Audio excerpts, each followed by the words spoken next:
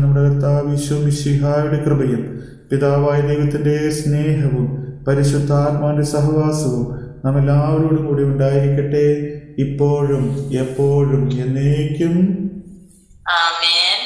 യോഹന്നാന്റെ സുവിശേഷം 6-ാം അധ്യായം 47-ാം യോഹന്നാൻ 6:47.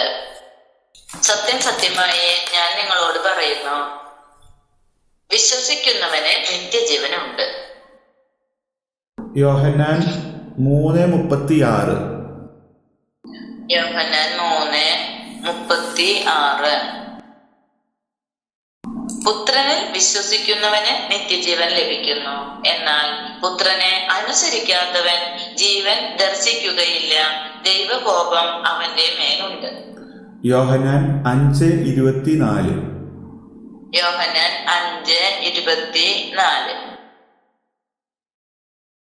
സത്യം സത്യമായി ഞാൻ നിങ്ങളോട് പറയുന്നു, മരിച്ചവർ ദൈവപുത്രന്റെ സ്വരം ശ്രവിക്കുന്ന സമയം വരുന്നു, അല്ല വന്നു കഴിഞ്ഞു.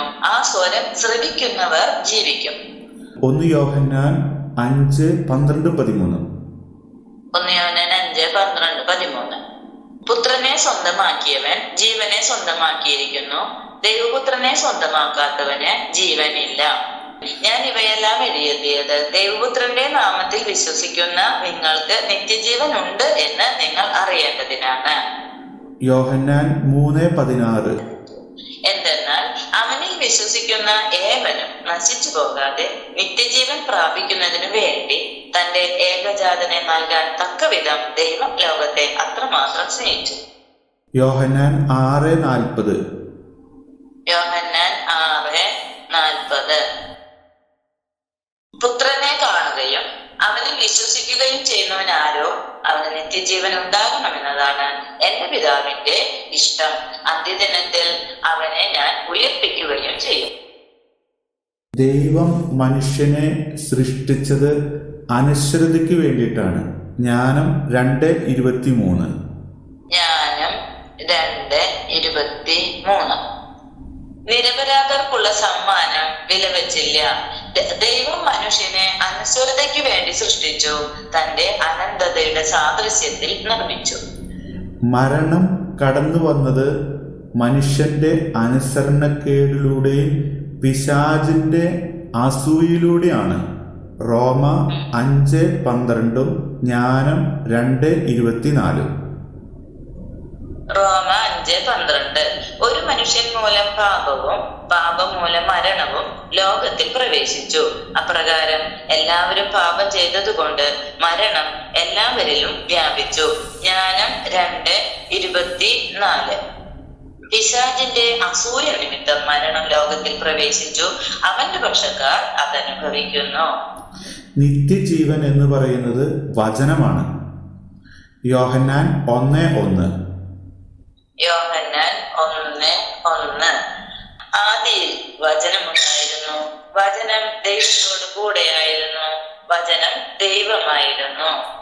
അതാണ് യോഹന്നാൻ 1:14 സംഭവിക്കുന്നത്. യോഹന്നാൻ 1:14.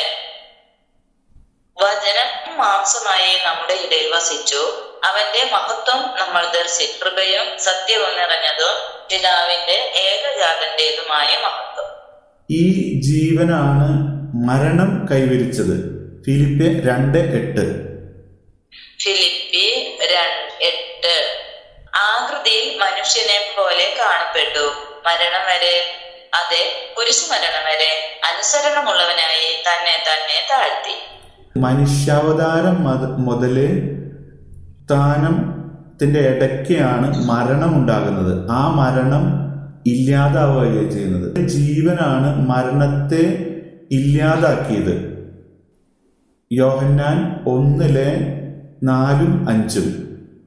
യോഹന്നാൻ 1:4-5.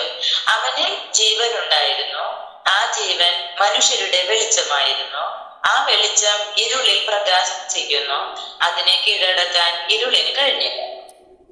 ഹെബ്രായ 2:15. ഹെബ്രായർ 2:15.